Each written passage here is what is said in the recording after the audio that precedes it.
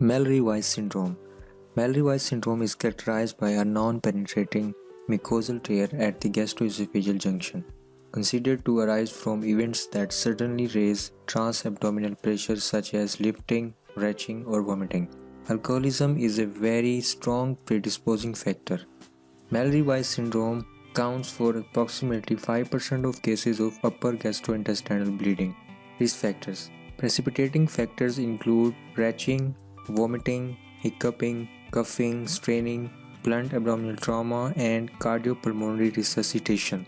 Hiatal hernia found in 35 to 100% of patients with Mallory-Weiss syndrome, but in few cases no apparent risk factors can be identified. Clinical finding: hematemesis with or without melena.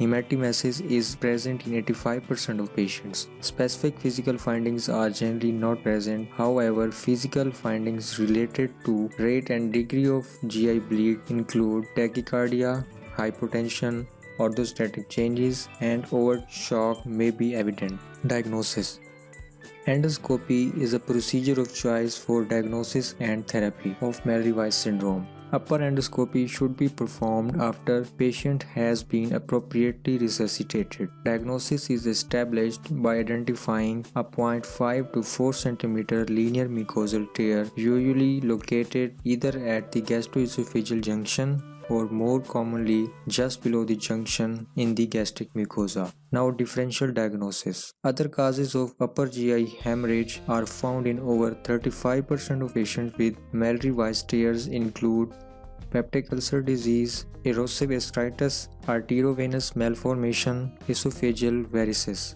Treatment. Initial treatment includes fluid resuscitation and blood transfusions, eliminating precipitating factors like nausea and vomiting. By acid suppression like omeprazole and antiemetic drugs are sufficient in most patients. Endoscopic hemostatic therapy in patients who have continuing active bleeding. Injection epinephrine or cautery with a bipolar or heater probe coagulation device or mechanical compression of the artery by application of an endoclip or band is effective in 90 to 95% of cases. Angiographic arterial embolization or operative intervention is required in patients who fail endoscopic therapy.